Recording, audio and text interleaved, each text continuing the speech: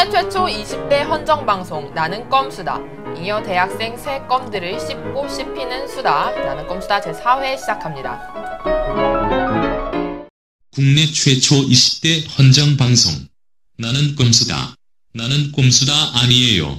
씹는 껌. 그거 할 때 껌이에요. 씹고 뜯고 맛보고 즐기고. 인도에 세월간이가 있다면 한국엔 새 깔때기가 있죠. 소개하겠습니다. 저는 깔때기 1, 제일 큰 깔때기, 위대한 영혼, 버릇없는 소녀 박소리입니다. 반갑습니다.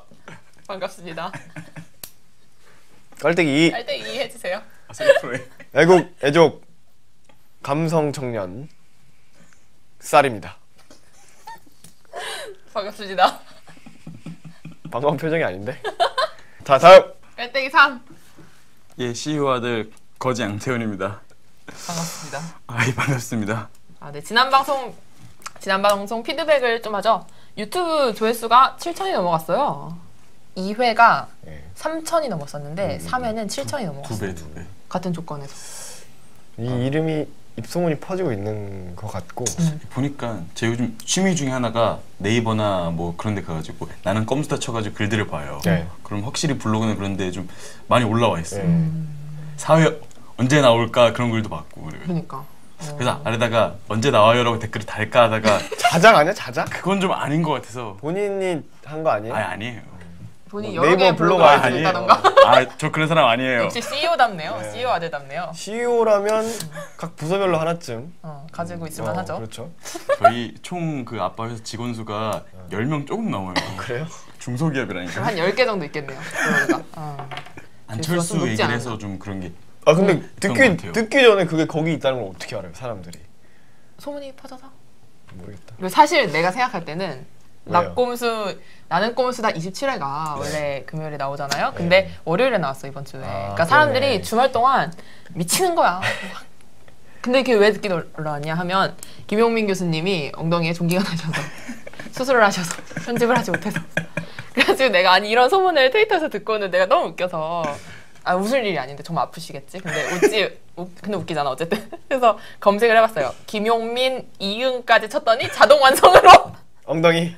김용민 엉덩이 종기 이렇게 완성이 되더라고요. 그래서 어쨌든 덕분에 주말 내내 많은 관심을. 꼼수 페이님들이 정말 오갈 데 없는 꼼수 페이님들이 저희 방송으로 좀 많이 보시지 않았나. 어부지리를 호황을 드렸네요. 그러니까 어부지리네요.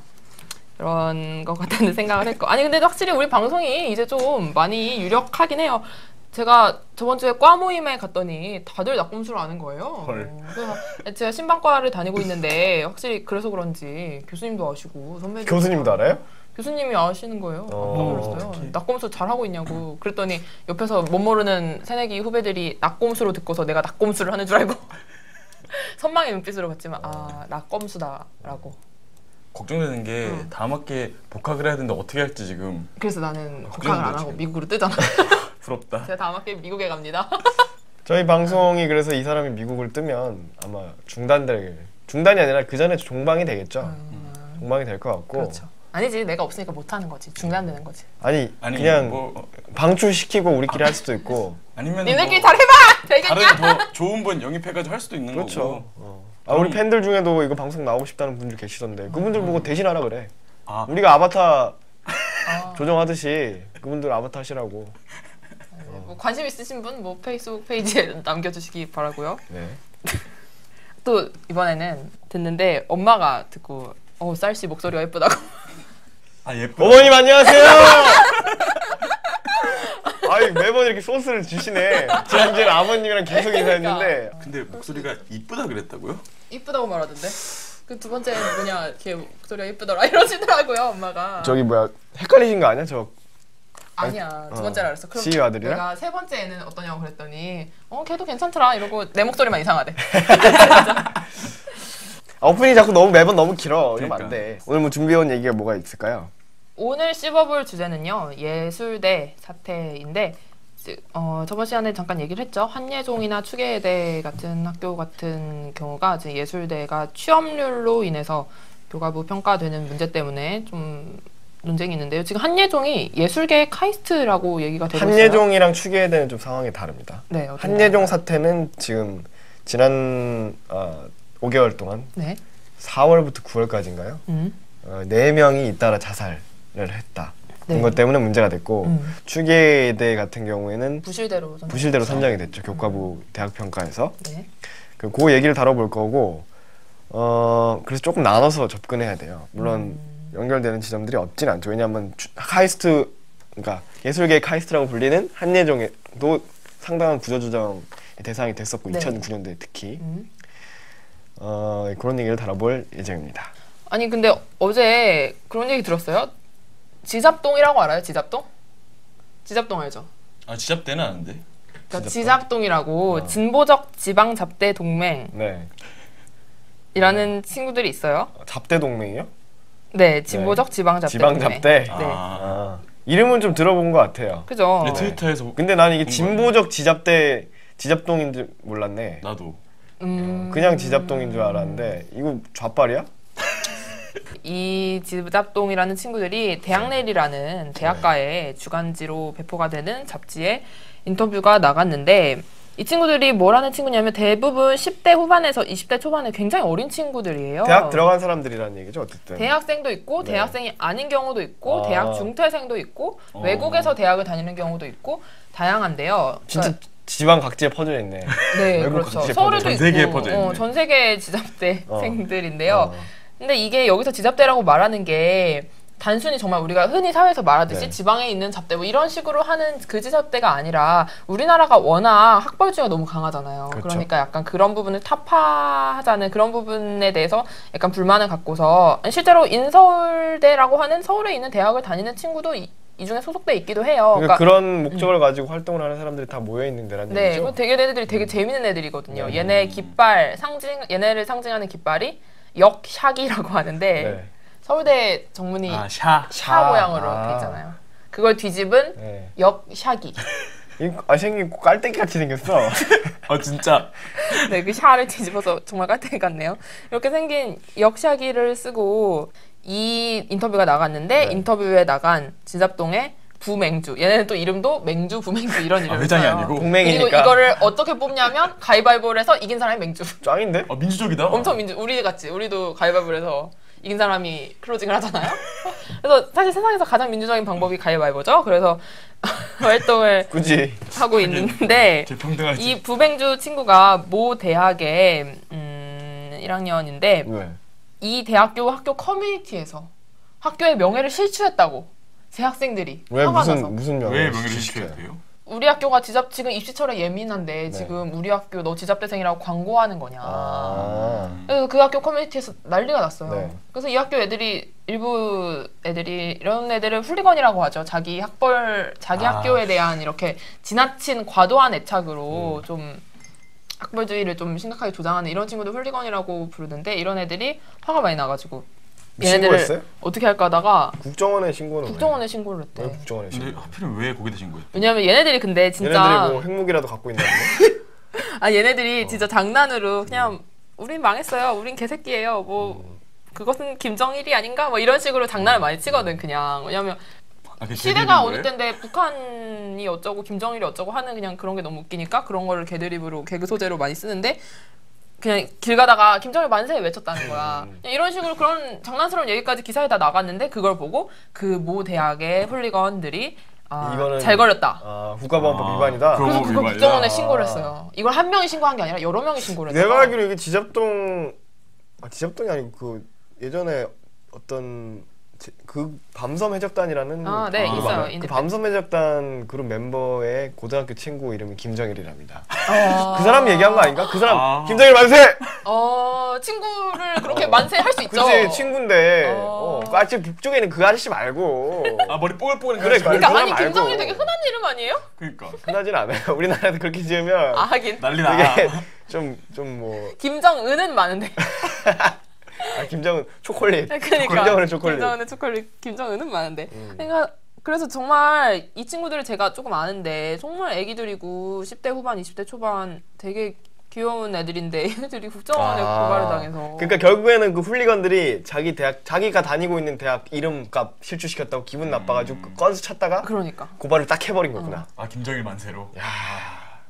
이게 고발이 됐다고 해서 무조건 그게 뭐 접수가 되는 건 아니잖아요. 그러니까 무조건 수사가 되진 않겠죠. 근데 이걸 수사한다고 하면 정말 얘네한테는 호재지. 지잡동한테는 호재지. 그러니까 덕분에 뜨는데 말도 안 되는 걸로 그러니까. 뜨니까. 근데 내가 알기로 얘네들이 막 또 뜨고 싶어하고 이런 애들도 딱히 아니야. 그냥 네. 자기들끼리 재밌으니까 그냥 이런 걸 하는 아, 그래, 친구들이거든요. 그건 그렇다. 사실 얘네들이 되게 여리고 되게 보통 이 지잡동 활동을 하는 애들이 고등학교 때부터 활동해온 친구들이 많아요. 아, 그래요? 네. 그리고 청소년 인권 운동부터 시작해온 친구들이 많고 그리고 대학을 안 다니는 친구도 있고요. 중퇴하는 친구도 있고 재밌겠다. 그런 친구들인데 아무튼 이런 일을 당해서 나름대로 좀 고민도 있고 어이도 없기도 한데 황당하기도 한데 네. 좀 나름 고민도 하고 있나 봐요. 특히 이 그 부맹주 친구가 막 그 학교 게시판에서 그 훌리건들이 그 친구의 학교 수업 시간표를 다 알아냈대. 그래서 얘네 그 친구의 수업 시간표에 수업하는 강의실에 가서 얘를 협박하려고.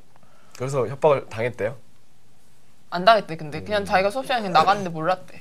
그냥 아무튼 되게 좀 심적인 정말 심란함이 있는 것 같아요. 근데 사실은 이렇게 하는 그 대학생 훌리건들이 그야말로 정말 지잡스러운 거죠. 이런 표현이 좀 그치 진짜 아니 애매할 수도 있지만 지잡대라고 해서 지잡대가 되는 게 아니잖아. 그죠? 지방에 있는 대학교라고 해서 그냥 지잡대가 아니고 오히려 훌리건들이 하는 게 학교 명예를 실추시키고 있는 그냥 거예요. 가만히 있으면 그냥 넘어갈 텐데 아니 지잡대 아니면 아닌 거고 맞으면 맞는 거지. 그냥 여기서 활동할 뿐인데 그럼 예를 들어서 서울대생이 여기서 활동하면 서울대가 지잡대가 되나?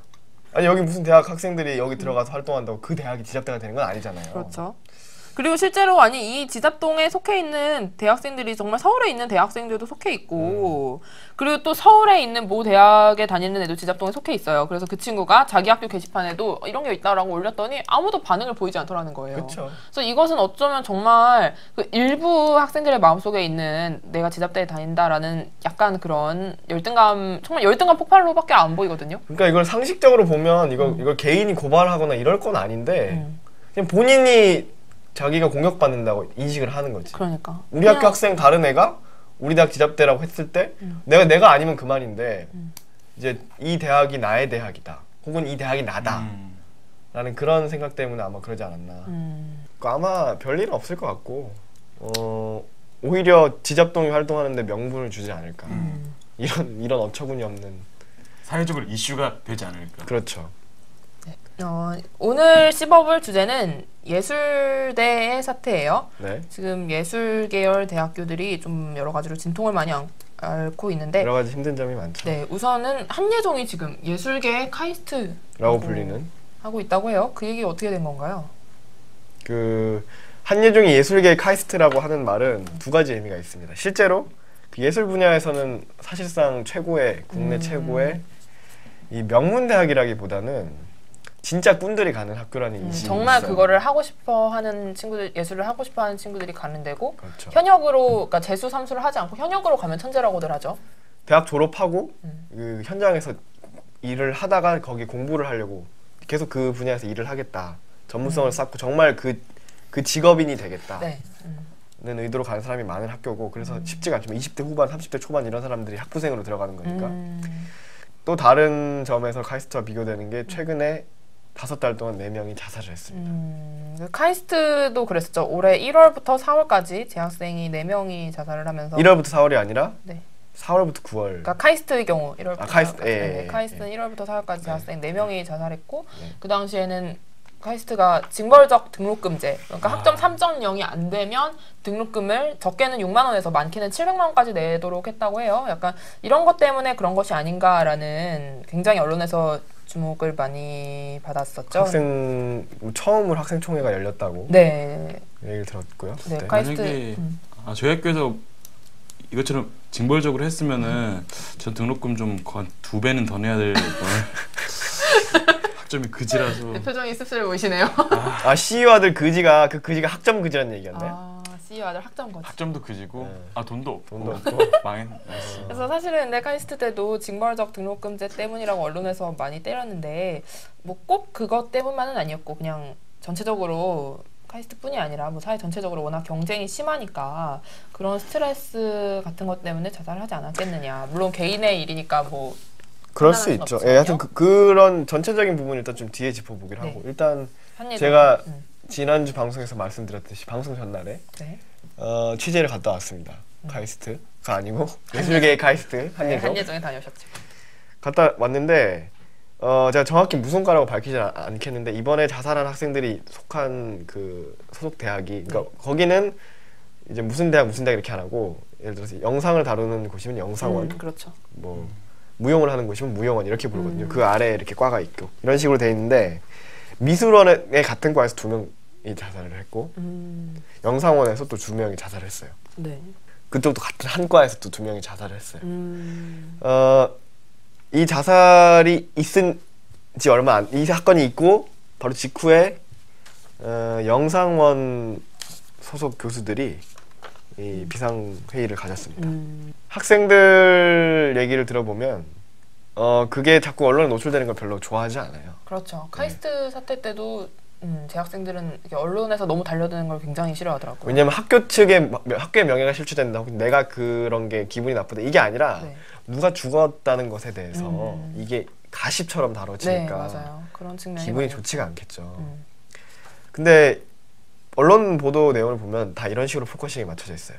학교가 되게 경쟁 분위기가 강화되고 예를 들자면 학생들은 지들끼리 그러니까 잘 이렇게 뭉치지 않고 뭉칠 수가 없는 구조고 자기 일이 바빠가지고 교수들도 연구 실적이나 이런 것 때문에 혹은 뭐 입상 실적이라든지 이런 것 때문에 연구실에 자기 연구실 틀어박혀서 안 나온다 이런 얘기가 있고 그러니까 이런 전체적인 분위기가 학생들로 하여금 죽음을 선택하도록 만들지 않았나 라는 얘기가 있어요.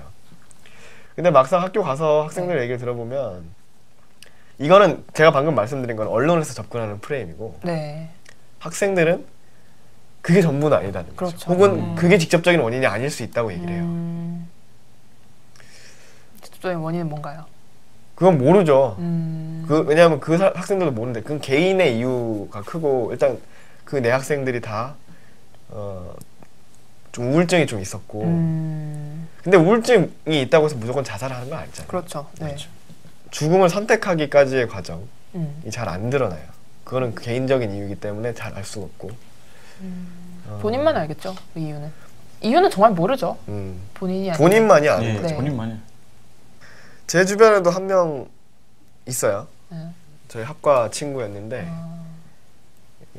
기숙사에서 스스로 목숨을 끊었다고 나중에 전해 들었어요. 그 친구가 그렇게 유명을 달리했을 때는 뭐 갑작스런 심장마비로 사망했다라고 얘기를 해요. 그러니까 보통 자살 사건이 있으면 네. 이 가까운 지인들이 아니면 잘 모르는. 자살이라고 얘기를 안 하죠. 잘. 그러니까 사고사로 이렇게 얘기가 되는 경우가 있고 뭐 경찰 조사 이런 거 하겠지만 근데 그 제가 가까운 친구가 자살을 했을 때 상황이 어땠냐면 친구들은 동기들은 남자 학생들 같은 경우에는 군대에 가 있고 여학생들은 이제 4학년이 돼서 취업 준비를 하는 상황이었어요. 그러니까 본인이 되게 고립이 된 상황이었어요. 네, 외로움을 느끼고 이런. 다들 각자 일로 바쁘니까. 그렇죠. 이번에 영상원이랑 미술원 네. 한예종 그래서 죽은 학생들 얘기를 들어봐도 그렇다고 그러더라고요. 그러니까 이 학교 자체가 뭐 어떤 구조적인 요인도 없지 않지만 그 학생들이 죽음을 선택했을 때는 철저히 고립된 상황이었더라고요. 어떤 식으로 고립이 됐나요? 주변에 네. 누가 이렇게 같이 살거나 이런 게 아니고 혼자 살고 자취를 하는 경우가 많고 그 다음에 우울증을 좀 앓고 있었고 평소에 친구들이랑 얘기를 자주 하지만 항상 계속 같은 공간에서 같은 시간을 보내는 건 아니잖아요. 그렇죠. 그리고 예술 작업의 특성상 혼자 있는 시간이 필요하고 그렇게 자살을 선택한 것 같고 근데 나만 얘기해요. 님이 취재를 갔다 왔으니까. 아 근데 이게 좀 얘기를 좀 해줬으면 지금 좋겠는데 심각한 얘기라도 예. 경청하고 있어. 심각한 얘기. 경청의 리더십을 보이고 있잖아 지금. 우리나라 경제 리더 그거 뭐야? 리더십이에요? 리더예요? 리더야? 닥치세요. 닥치고 들어. 닥치고 경청. 닥치고 경청. 우리나라가 OECD 국가 중에 자살률이 1위입니다. 인구 10만 명당 이게 2009년인가 2010년 통계인데 인구 10만 명당 21명이에요. 상당한 수네요. 뭐 감은 잘 안 오는데 하여튼 굉장히 높은 많은 수인 거래요. 것 같아요. 1년에 최소한 21명이 10만 명당 21명이면 우리나라 인구가 한 5천만 명이니까 네. 만 명? 만 명 정도가 자살하네요. 만 명이라고 감이 안 굉장한 오는데 수네요. 생각을 해보면 한 대학 하나가 없어지는 거예요. 한 대학의 학생들이. 그러니까요. 하네. 엄청나죠. 그리고 우리나라 20대 네. 사망원인 1위, 자살이죠. 30대 사망원인 1위, 50대부터는 자연사? 아니 암. 암 조심하세요, 여러분. 그러니까 이게 건강이 좋을 담배도 때는 건강이 좋을 때는 자살을 이 사망원인 1위고 건강이 나빠지면 그 스트레스로 암이 걸리는 거예요. 아, 그러네요. 이게 진짜 스트레스 암의 원인도 결국에는 스트레스잖아요. 그렇죠. 그런 결국은 암 사망 요인이 원인이 있어도 스트레스라는 거네요. 그렇죠. 그 스트레스 때문에 그 발병이 되고 그 몸 상태가 안 좋아지고 이런 건데 OECD 자살률 통계 자료를 이렇게 이것저것 조합을 해서 보면 네. 사람이 자살하는 거 요인이 뭘까라는 걸 분석한 기사가 있더라고요. 네. 근데 경제력이나 네. 혹은 사회보장 이런 거 아니면 그런 거 조사하잖아요. 행복도 조사, 국민 행복도. 그 다음에 양극화. 이거랑 자살은 상관관계가 없어요. 아무 상관이 없어요. 아무 상관까지는 아니고 거의 상관이 없어요. 이렇게 그래프를 그려놓으면 막 그 국가별로 다 달라요. 근데 아시아 국가가 자살률이 비교적 높게 나오는데 왜 그럴까? 그건 네. 문화적인 거고 종교적인 거일 가능성이 크다. 왜요? 그러니까 이슬람권도 그렇고 이 일본이나 한국 이런 나라가 자살률이 높은데 사회가 개인한테 기대하는 게 되게 크고 그리고 그 상황에서 부담을 가진다는 거죠, 사람들이. 그 되게 큰 스트레스로 다가오는. 그렇죠. 그걸 못 견뎌서 자살을 선택하는 경우가 있고. 근데 그런 사회의 특징이 또 뭐냐면 그게 압박이 강해지면 사실 다른 사람을 챙기기가 힘들어져요. 제가 얘기하고 싶은 건 이거거든요. 대학이 지금 공간이 어떤 공간이 됐냐를 살펴보면 물론 서로에 대해서 관심을 가지고 힘든 개인이 있을 때 위로를 건네지만 기본적으로 이 자기 미래에 대한 불안, 그렇죠. 그 다음에 경제적인 어려움이 예상되기 때문에 그거에 대한 준비를 해야 돼요.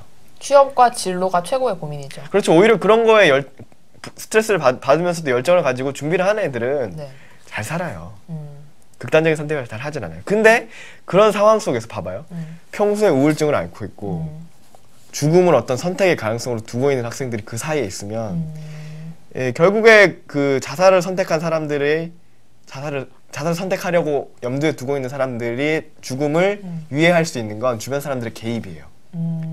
주변에서 혼자 두지 않고. 혼자 두지 않고 혹은 그런 사람들이 죽음을 생각할 때 동시에 아 내게 남겨진 사람들이 있구나. 내가 살아갈 이유가 있구나라고 그 명분을 주는 건 주변 사람들의 개입이에요. 우리가 얼마나 관계를 맺고 있는 이 문제인데 그게 없어지는 거죠. 왜냐하면 서로 바쁘니까. 아무리 친하고 평소에 만나서 얘기하고 해도 이 결정적인 순간에 혹은 정말로 필요한 순간에는 항상 있어줄 수가 없는 거죠. 요즘 얘기들을 그렇게 해봐도 속 깊은 얘기는 정말 자기 그런 거를 하는 친구 많이 없잖아요. 네. 그래서 다들 연애를 하고 싶어 하나 봐. 그런 속 깊은 얘기 맞아. 할 사람이 필요해서. 맞아. 그것도 있어요. 근데 그 진짜 상대방을 좋아해서 연애를 하는 게 아니면 속 깊은 얘기를 하게 되기가 쉽지 않아요. 그러니까 또 연애 관계가 그렇게 깊어지지 않는 또 딜레마가 발생하는 거예요. 네, 하여튼 연애 얘기는 또 이거 얘기하면 끝도 없으니까 이건 다음에 한번 날 잡고 하고요. 그래서 네. 이 언론에서 자꾸 정치적인 걸로 물론 그것도 있어요. 이 학교가 뭐 독재적이고 그 다음에 총장이 뭐 횡포를 부리고 이게 이 말도 맞는데 그런 것도 스트레스의 원인이 되죠. 근데 분명히. 그거는 원래 있던 문제예요. 네. 이게 좀 웃긴 게 사람이 죽으니까 이 얘기가 나오잖아. 원래 있던 문제일 뿐인데 사람이 죽으니까 네. 이 문제들이 터져 나오는 이게 되게 기형적인 현상이에요. 네.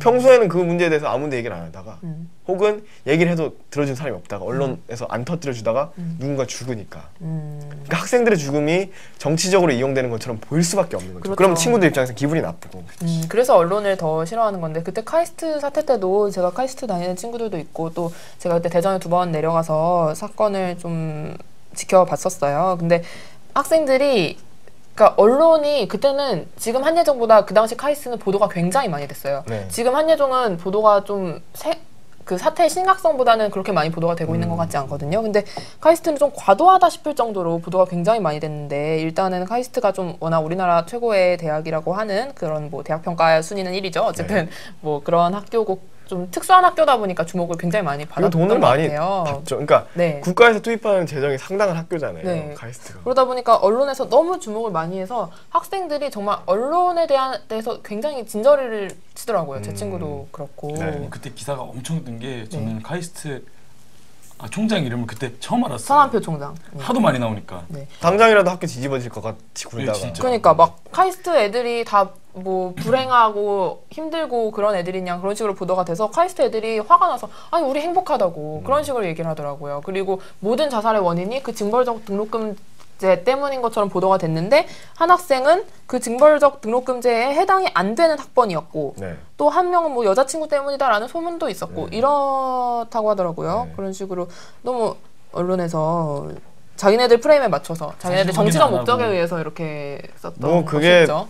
필요할 수 있는 일인데 네, 그런 식으로 좀 과도했어요, 다루는 게. 그때는 많이. 왜냐하면 그 어쨌든 문제는 문제. 징벌적 등록금제라는 게 상식으로 봤을 때 좀 심하잖아요. 그렇죠, 좀. 근데 그런 문제가 있으면 진작에 해결될 수 있는 그런 것에 대해서 문제 제기를 하고 소통할 수 있는 통로가 있어야 되는데 그게 없으니까 사람이 죽었구나 이 기회다 해서 언론에서는 그게 또 사실 근데 그건 언론의 속성이잖아. 누군가의 죽음이라는 건 상당한 굉장한 뉴스거리니까 그렇죠. 특히 우리나라에서 제일 똑똑한 애들 향후에 뭐 그 카이스트라는 것의 교수가 되고 최고의 엘리트. 최고의 엘리트들이잖아요. 과학 엘리트들인데. 사실 확인이 정확히 안 되고 아까 말했던 대로 한 명 그 학번이 해당이 안 되는 네. 학번인데 그런 사건이 터졌다고 이용해가지고 아 이게 고인에 대한 예의가 아닌 것 같아요. 아무리 언론 그 특종이 중요하고 그렇다고는 하지만 한예종 얘기를 뭐 더 정도로 해야 하고, 되나요? 이 정도로 하고 네. 43살. 내가 두려워하는 건 아내의 잔소리? 카드값? 사장님? 내가 아픈 거? 김영민 씨, 건강검진 받으세요. 건강할 때 꼬박꼬박 아프기 전에 미리미리. 영유아 건강검진에서 생애 전환기 건강진단까지 국가 건강검진이면 충분합니다. 조기 발견이 최고의 약입니다. 한예종뿐만이 아니라 예술 계열 대학들이 다 문제가 좀 많이 있어요. 지금 뭐 얼마 전에는 실용음악과 교수들이 기자회견을 열고 어떤 대학 실용음악과요? 전국 대학 실용음악 교수 연합회에서 기자회견을 열었어요. 예술 계열 학과 취업률 평가 폐지 기자회견. 네네. 이게 무슨 뭐냐면은 그 교과부에서 취업률을 기준으로 지금 대학들을 평가를 많이 하고 있죠. 교과부가 했죠. 네, 부실 대학을 선정하고 그러면서 교과부와 대학구조개혁위원회라는 거는 교과부의 자문 기구예요. 네. 그래서 대학들을 평가를 하면서 뭐 대학 구조 조정을 하겠다고 하는데 취업률을 그 기준에 넣었어요. 근데 그 취업률이라는 거는 직장 건강보험 가입 여부, 4대 보험을 가입 여부를 하는데 사실은 예술 계열 대학생들이 졸업을 하고 나서 4대 보험 되는 직장으로 가질 않잖아요. 일단은 취업 자체를 많이 하지 않아요. 유학을 가거나 아니면은 그냥 프리랜서로 자기 개인 작업을 작업을 하거나 하거나. 네, 개인 작업을 하거나 혹은 취직이라기보다는 네. 아르바이트 형식으로 네. 일을 따서 하는 거죠. 약간 팀에 들어가서. 문화생처럼 이런 식으로 들어가고 그런 경우가 많은데 네. 보통 우리가 흔히 생각하는 대기업 같은 그런 4대 보험 되는 직장에 들어갈 리가 없잖아요. 네네. 근데 그 취업률을 기준으로 평가를 하니까 추계대는 순수 예술대학을 표방하는 나연동에 있는 한 1200명 정도 되는 학교예요. 근데 그 학교가 지금 취업률이 낮다고 해서 부실대학으로 선정이 됐고 네. 그리고 한예종은 부실대학으로 선정된 건 아니지만 그 학교도 이 취업률 평가 때문에 그 학생들이 좀 스트레스를 많이 받나 보더라고요. 취업률 평가라기보다는 네. 이제 실적을 중시하는 분위기가 최근에 생겼다 그러더라고요.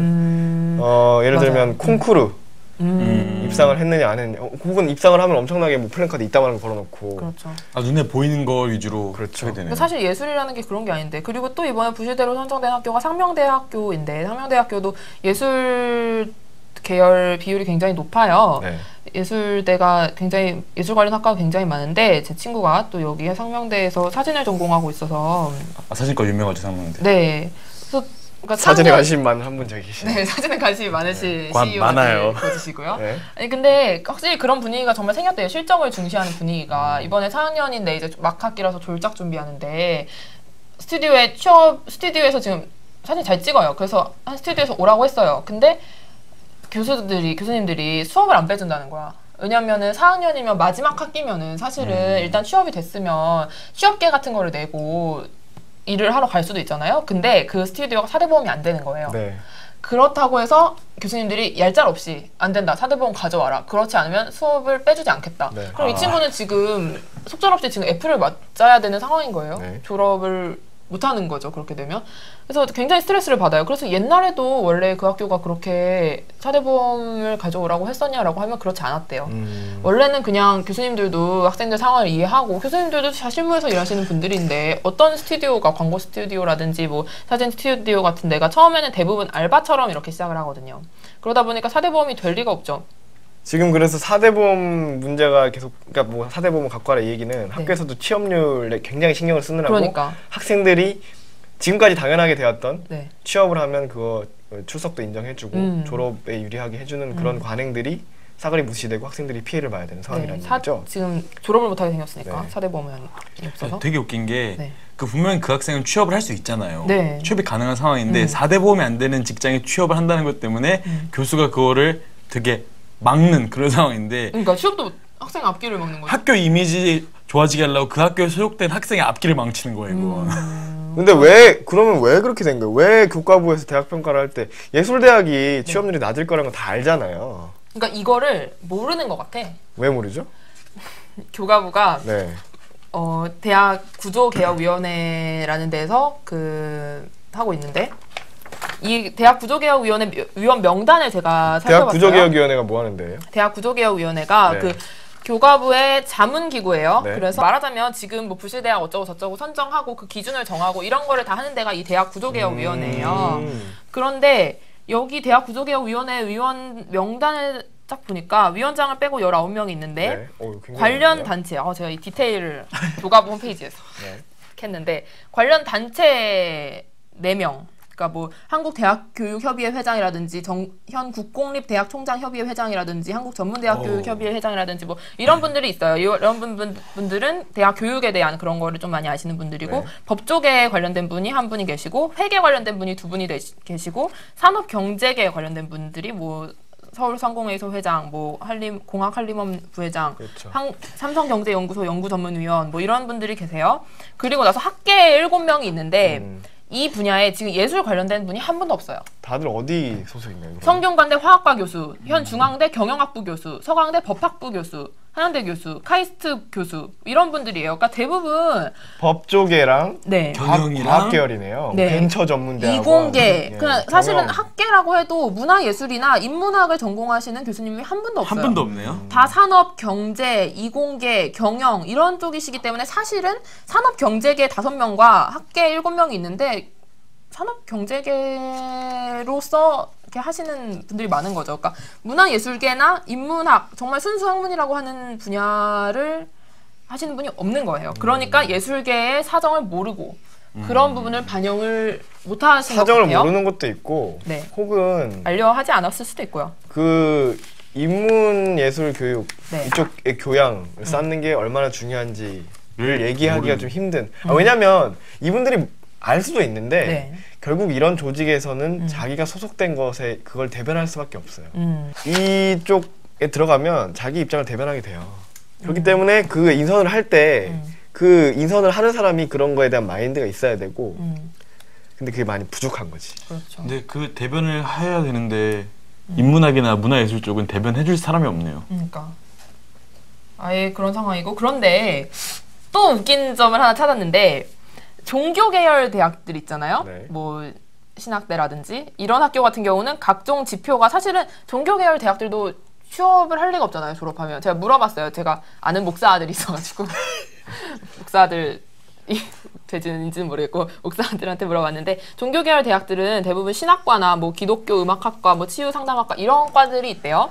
신학대 같은 데는 그런 데는 각종 지표가 좋지 않은 점을 감안해 평가에서 교과부 이번 평가에서 제외하고 싶다고 하면은 제외를 해줬대요. 네.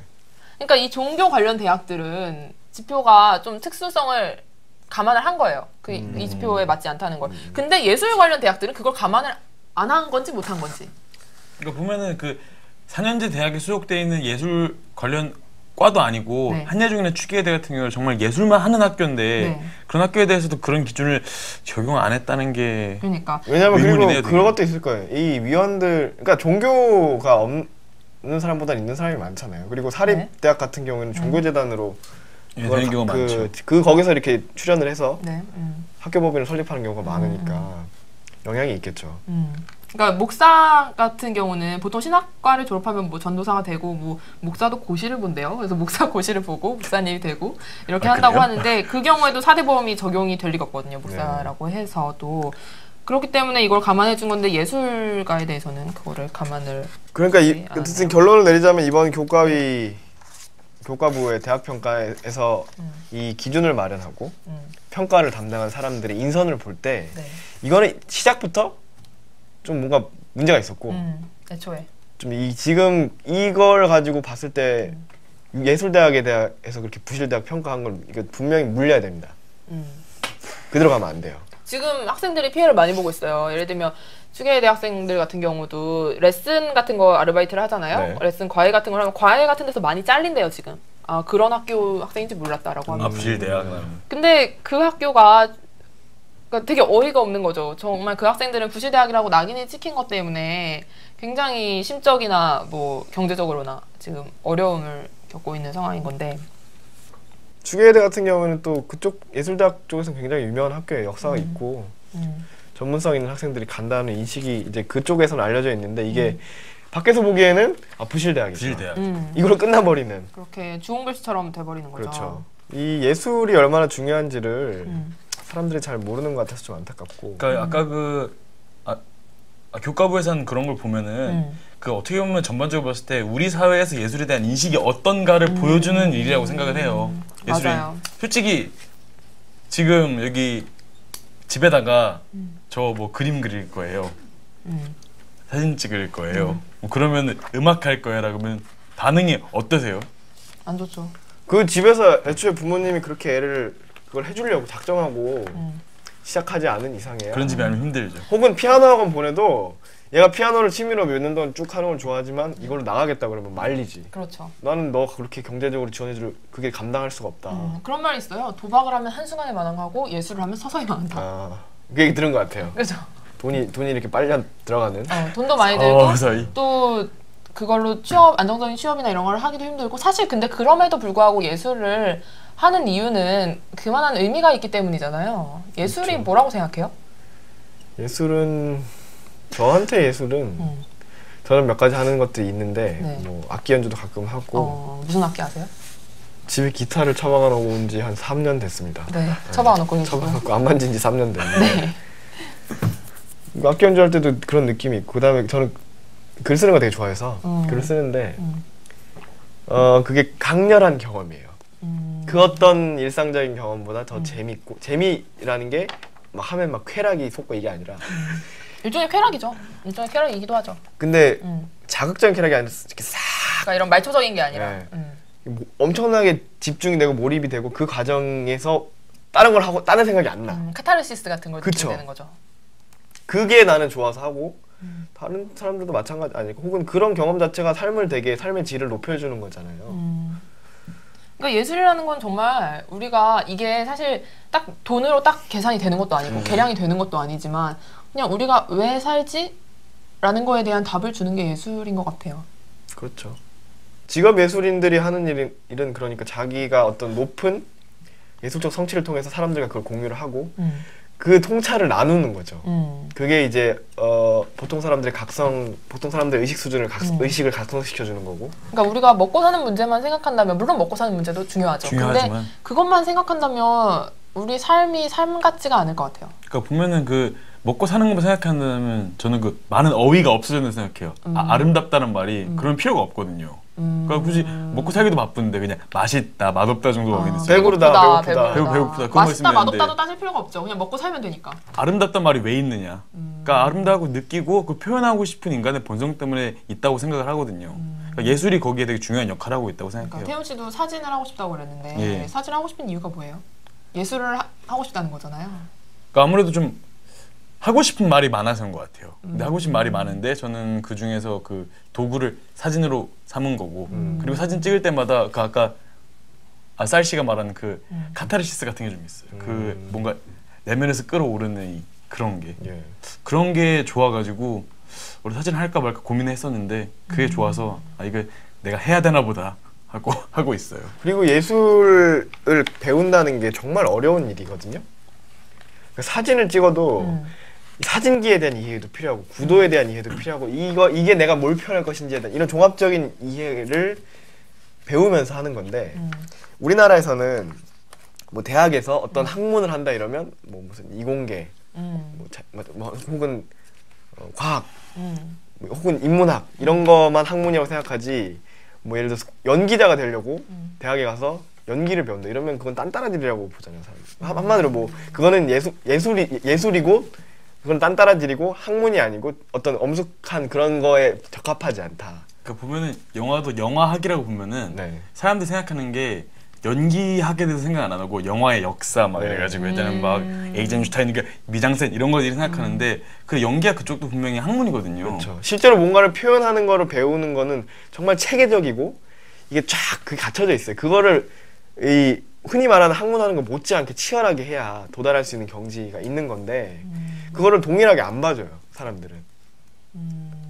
그러니까 너무 정말 예술이나 문화예술에 대한 가치가 너무 경시되고 있고 한편으로 또 고급 문화를 향유할 수 있는 고급 문화라는 게 따로 정해져 있고 돈 있는 사람들은 그걸 즐길 수 있고 음악이나 미술을 배우는데 돈이 많이 드는 것도 그런 식으로만 향유되고 있기 때문에 모든 사람들이 이 경험하고 즐길 수 있는 예술의 의미는 격화돼 있고. 그러니까 사실은 제가 생각할 때는 예술이라는 게 정말 그 고급 문화라는 게 뭐 예를 들면 오페라라든지 뭐 미술이라든지 연주라든지 그런 고급 문화가 따로 있고 저급 문화가 따로 있고 그런 건 아닌 것 같아요. 네. 그냥 예를 들면 셰익스피어가 살았을 당시에는 그 사람은 정말 시장통에서 연극하던 통속극이죠. 네, 우리나라 TV 드라마. 통속극이었잖아요. 네, 지금은 정말 예술의 전당에 올라가는 그런 극이죠. 지금 우리나라 예술의 전당 같은 경우는 뭐 가요 같은 콘서트 같은 건 못 열게 하죠. 네.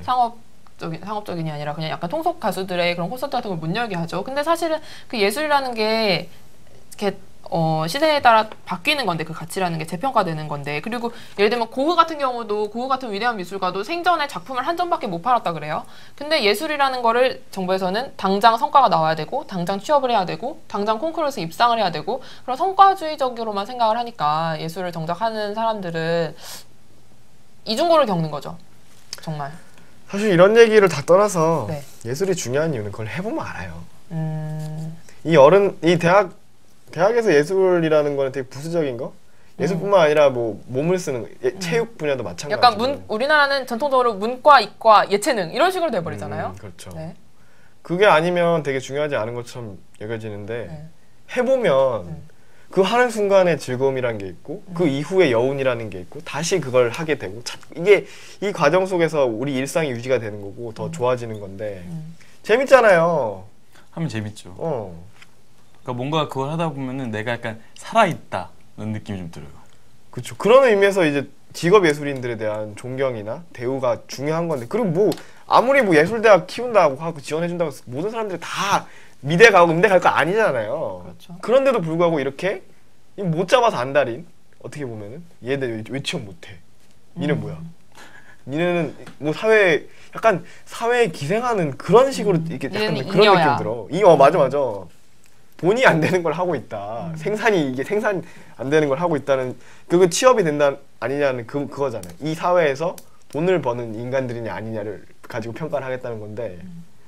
그리고 사실은 그렇게 평가하는 것도 어이가 없지만 사실 근데 예술이라는 게 그렇게 돈이 안 되고 생산성이 떨어지고 그런 것도 아니거든요. 사실 장기적인 관점에서 보면 예를 들면 지금 홍대 앞이 엄청나게 상업적으로 부흥하고 있는데 사실 홍대 앞이 지금 같은 공간이 될 수 있었던 거는 지금은 오히려 너무 상업주의에 이렇게 경도된 부분이 있지만 처음에 예술가들이 홍대 앞이 옛날엔 집값이 굉장히 쌌어요. 그래서 가난한 예술가들이 하나둘 모여들고 거기서 음악도 하고 그림도 그리고 이러다 보니까 그게 되게 재밌는 거예요. 재밌는 공간이 되니까 사람들이 하나둘 모여들고 구경하고 그러다 보니까 홍대 앞이 이렇게 번성하고 사람들이 모이니까 장사가 되니까 좀 이렇게 가게들도 생기고 이렇게 됐던 거거든요. 서울에서 가장 확실한 문화적인 명소죠. 명동 그렇죠. 뭐 이런 데 못지않게 그리고 외국인들 정말 많이 오고 그러다 보니까 예술이라는 게 문화라는 게 사실은 장기적인 관점에서 보면은 돈이 안 되는 것도 아니고 왜 기업들이 그렇게 예술가들이랑 콜라보레이션 협업을 해서 뭐 네. 디자인을 만들고 이렇게 하겠어요? 사실은 그래서 생각해 보면은 요즘 많은 대학생 젊은 사람들이 패션이나 뭐 음악이나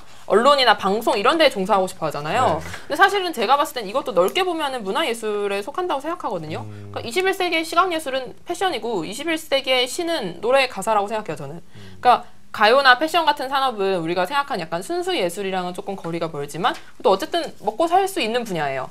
그리고 결국 그런 순수 예술에서 종사 혹은 공부하고 있는 젊은 학생들이 거기에 참여해서 실험적인 걸 많이 할 때 그게 부흥하고 혁신이 되는 그래야만 거잖아요. 다른 분야도 이렇게 되는 건데. 그렇죠. 영향을 주고받죠. 아니 그리고 실제로 가면은 뭐 음대 미대 다니는 학생들이 그런 데서 문화를 즐기고 또 작업실 마련해가지고 지들끼리 많이 한단 말이에요. 맞아요. 그게 다 거기 몰려 있고 그리고 그런 학생들이 결국에는 흔히 말하는 취업 안 되는 예술대학에 다니는 학생들인 경우가 많은데 그걸 이렇게 냅둬야 되겠냐 이런 생각이 듭니다. 참 보면은 그 예술을 바라보는 마인드 자체가 되게 후지는 것 같아요. 맞아요, 정말. 딱 봤을 때 그렇죠. 이 권력을 가진 사람들 혹은 이런 평가를 하는 사람들 입장에서 딱 봤을 때 꼰대들이야, 꼰대들. 돈이 되면 좋은 거. 좋은 거, 돈이 안 되면 돈이 될 때까지는 계속 안 좋은 거. 참 후지네요. 각박하네요, 되게. 사실은 예술이라는 게 우리 사회에 정말 필요한 거예요. 그런 말 알아요? 잠수함 속의 토끼라는 말 알아요? 그러니까 옛날에 잠수함이라는 게 2차 대전 당시 때 그쯤에 이게 사용이 됐는데 잠수함 타는 사람들은 토끼를 좋아하나? 그러니까 잠수함 속에 토끼를 태우면 사람이 공기가 부족하다라고 느끼고 물 위로 올라오면 올라오다가 이제 공기가 부족해서 사람들의 생명이 위험해진다는 거지. 그렇기 때문에 토끼를 약간 그런 공기가 부족하다는 거에 지표 같은 걸로 삼았다는 거예요. 근데 이 잠수함 속의 토끼라는 게 사실은 비유적으로 시인이나 예술가들을 지칭하는 표현으로 많이 쓰이거든요. 예술가나 지식인들을. 그 잠수함에서 토끼 토끼 관리병 이런 거 있겠다. 땡보네. 하루 종일 토끼만 보고 있는 거 아니야? 도감병. 죽나 안 죽나. 좋다. 그런 나중에 그런 거 한번 해보시기 바라고요. 네. 요즘엔 그런 거 없어요. 요즘엔 다 과학기술로 기계로. 그렇지. 아쉽네. 아날로그가 이렇게 좀 이렇게 낭만적. 이게 다 예술적 감수성 아니에요. 네. 이걸로 소설 하나 써볼까? 써보시기 바라고요. 사실은 그래서 그리고 또 그런 말이 있다면서 탄광 속의 카나리아? 네, 그 비슷한 얘기인데 탄광 속에 유독 가스 나오면 카나리아 새가 죽는데요. 근데 그것도 이제 사람이 똑같이 늦게 알아채면 나오다가 가스 질식. 그러니까. 가스다 하면은 이제 꽤. 그러니까 사실은 그런 예술가나 지식인들이 굉장히 비판 정신이 있는 사람들이잖아요. 예민한 사람들이. 그런 사람들이 우리 사회에 뭔가 모순이나 그런 게 있으면은 민감하게 반응하고 그에 경종을 울리고 약간 이런 역할을 하는 건데 그런 사람들을 정말 못하게 하니까 이렇게 힘들게 하고. 그렇게 하면 결국 이 사회가 가는 방향에 문제 제기를 할 수 있는 사람들을 점점 소외시키는 거죠. 그렇죠. 그리고 계속 이런 식으로 가다 보면 거의 몇십 년 뒤에는 지금 뭐 고급 예술이라고 불리어지는 그런 예술가들도 많이 없어지겠죠. 그런 것조차 유지되기 힘들어요. 뭐 할 얘기가 참 많지만 네. 시간이 됐으니 예술대학 얘기하다 다 시간이 가버렸네요. 네. 아무튼 중요한 문제입니다. 문화 산업에 대한 얘기를 시간이 없어요. 시간이 없어요? 다 됐나? 이 정도 얘기 다 했어. 안에 넣었어. 네, 갑시다. 다음 끝났는데? 방송 예고해 주시죠. 네, 이렇게 많은 20대들이 이렇게 문화예술에 관심이 많잖아요. 사실은 예술을 하는 거는 취업을 하는 거랑 달리 자기 작업하는 거거든요. 네. 자기 일을 하는 거거든요. 자기가 하고 싶은 거. 그래서 많은 사람들이 자기 일을 하고 싶어 하는데 현실적으로 이게 먹고 살기가 너무 힘들어요. 그러니까 사실 예술가들이 뭘 많이 갖고자 하는 사람들은 아니에요. 그냥 자기가 즐거움을 위해서 하는 사람들이기 때문에 많이 갖고자 한 것도 아닌데 그 작업을 계속하면서 자기 생계를 유지하고 그럴 수 그러니까 최소한의 있기는 생계조차 유지되지 않는 네. 그런 상황이 너무 심각한 거예요. 예를 들면은 그 최고은 작가가 돌아가셨죠. 네. 그 생계에 너무나 큰 어려움으로 인해서 그런 상황이라든지 문화예술에 관련된 일을 하고 살기가 너무 어려운데 사실 우리는 20대잖아요. 우리 좀 더 꿈을 꿔도 될 나이잖아요. 좀 더 허황된 꿈을 꿔도 되고 좀 취업 허황된 말고 게 아니라 지금이 아니면 꿀 수 없는 꿈이에요. 그러니까 취업이 아닌 내가 뭔가 하고 다른 싶은 꿈을 거. 꾸고 싶고 정말 지금 아니면 정말 언제 꿔요 말 그대로. 사실은 저희 셋은 다 좀 꿈을 꾸는 사람들이에요. 그러니까 그렇게 취업 좀 말이 오그라드나? 뭐 내가 CEO가 돼갖고 뭐 우리나라를 경영하겠다 이런 거 아니고 그러니까 저희는 셋 다 내가 하고 싶은 소박한 국가를 거. 수익 모델로 보는 그런 거 말고. 그러니까 취업을 하고 싶진 않다는 거죠. 그러니까 우리는 뭐 이렇게 말하면 우리 학교 부실 되나? 나한 명 때문에 그러진 않겠지. 그냥 돈을 벌어야 되니까 취업을 하겠다 이게 아니라 필요하면 그 일을 할 수 있는데 내가 하고 싶은 일이 있는 거죠. 그래서 20대가 어떤 꿈을 꾸고 있고 또 그 꿈을 근데 어째서 포기하고 있나. 그러니까 하고 싶은 게 있어도 근데 취업해야지 이런 식으로 말하는 친구들 되게 많거든요. 그래도 그리고 또 그 꿈을 왜 못 찾나? 왜 찾기가 힘든가? 네. 그런 거에 대해서 저희의 꿈도 좀 얘기를 하고 그런 20대의 꿈을 얘기하고. 꿈말이가 생각났는데 네. 제 동생이 지금 중학교 1학년인데 네. 꿈이 뭔지 알아요? 뭐예요? 유엔 사무총장이에요. 반기문 총장님! 그래서 전 제 동생 아주 좋아해요. 꼭 되라고. 한번 유엔 사무총장 동생 한번 더 보자고. 그러면은 태훈 씨 이제 안심하고 사진을 하실 수 그 있겠네요. 전에 늙어 죽을지도 몰라. 그렇겠네요. 하긴. 유엔 사무총장 젊어서 되게 힘드니까. 다음 주에 그렇게 얘기를 들어보도록 하겠습니다. 네. 자, 네. 방송 끝내죠. 가위바위보 하면 되나요? 가위바위보. 왜 늦게 내? 가위바위보. 가위바위보. 끝! 헐. 처음이네. 처음으로 이겨봤네. 그러게.